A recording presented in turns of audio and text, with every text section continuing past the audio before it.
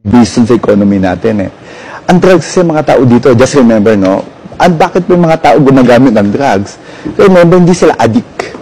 Kasi gusto lang din maging addict. Remember, ang gumagamit ng drugs sa mga tao natin, especially mga, ayoko na, yung mga nagpapadagdag ng oras. Kasi pagka gumamit ka ng drugs, gising ka, nagdadagdag ka. Remember, ang trabaho natin per ora dito.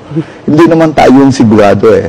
So, ito yung ano natin, kaya ayoko mag-compare. Ang sinasabi ko lang, mas maganda po kami ngayon dun sa data namin sa About Crime.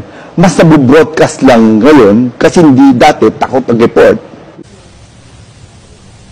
Ang nagagamit daw ng drugs kay dili daw ati. Nagagamit lang daw sila, lagi na daw sa mga trabahante para lang daw i-spare sa ilang oras sa pagpanarba. Maganda yan. Maganda yan. So, what is an addict?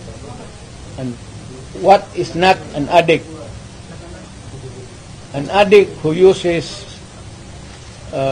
shabu and continues to hit, inom.